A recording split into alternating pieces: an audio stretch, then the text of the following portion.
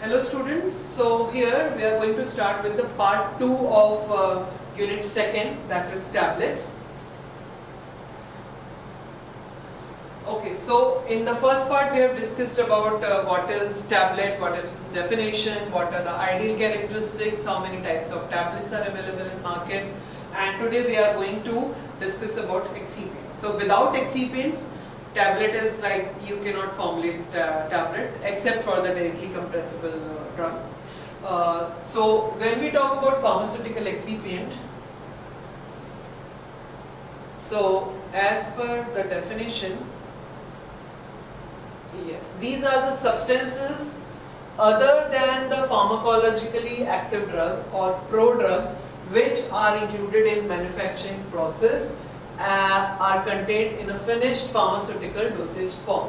So we have to understand that these excipients do not have any pharmacological action of their own. So they are just here to add the bulk, or they may be to help in the disintegration, or to add maybe to the flavor of the tablet, or to help in the manufacturing of the tablet. So these kind of excipients are there.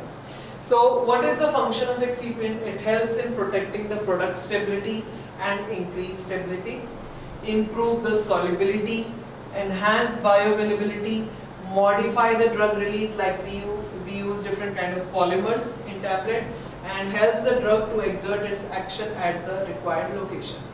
Also, it keeps the drug from being released early. Sometimes we need such kind of excipients as well, and assist in product identification. Like in a same manufacturing unit, if two different types of tablets are being manufactured, so we have to put different colors so as to identify which drug was manufactured and which one is which one. It increases the patient acceptability and improve patient compliance, facilitate dosage form design, enhance taste and improve appearance. So types of excipients. So first one is diluent, second one is binder and adhesive, third is disintegrant, lubricant and glidant and anti-adhesives. All the three almost more or less they exert same kind of behavior, so I have put them in one category. Flavors and sweeteners, colorants, adsorbents, buffers, antioxidant, chelating agents.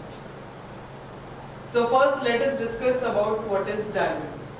So these are also known as fillers,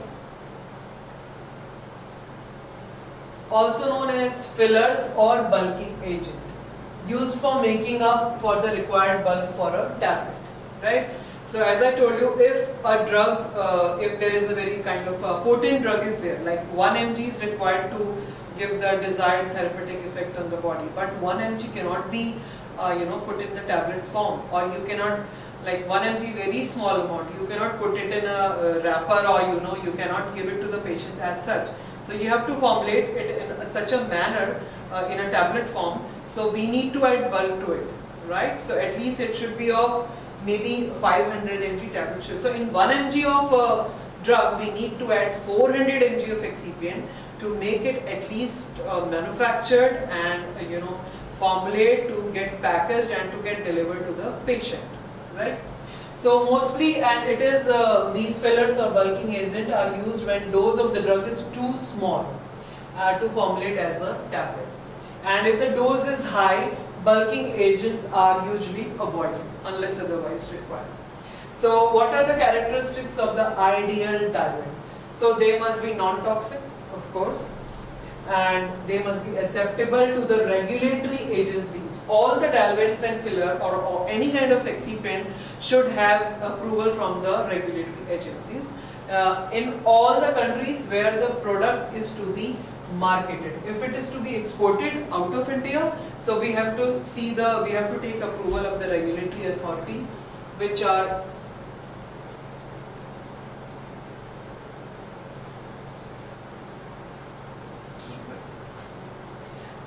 so, and also these diluents should be commercially available in an acceptable grade in all the countries where the product is to be manufactured.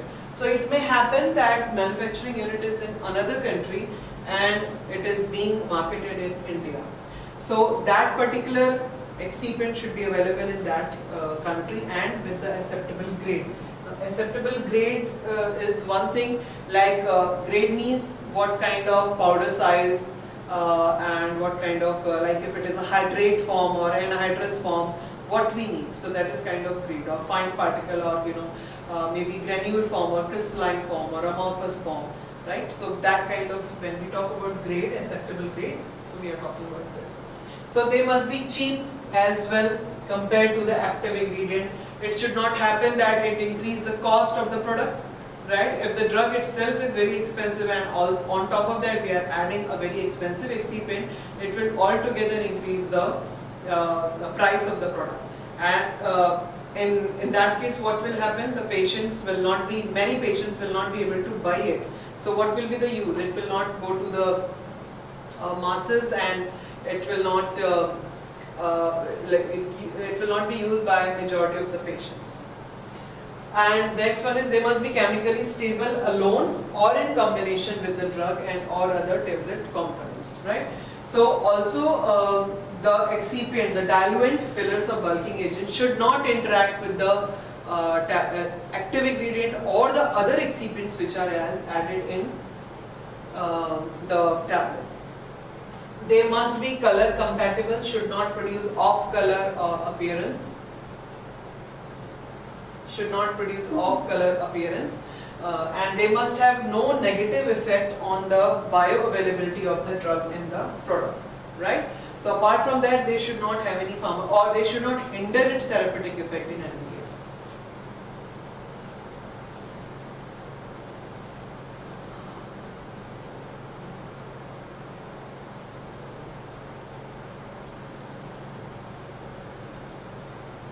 So commonly used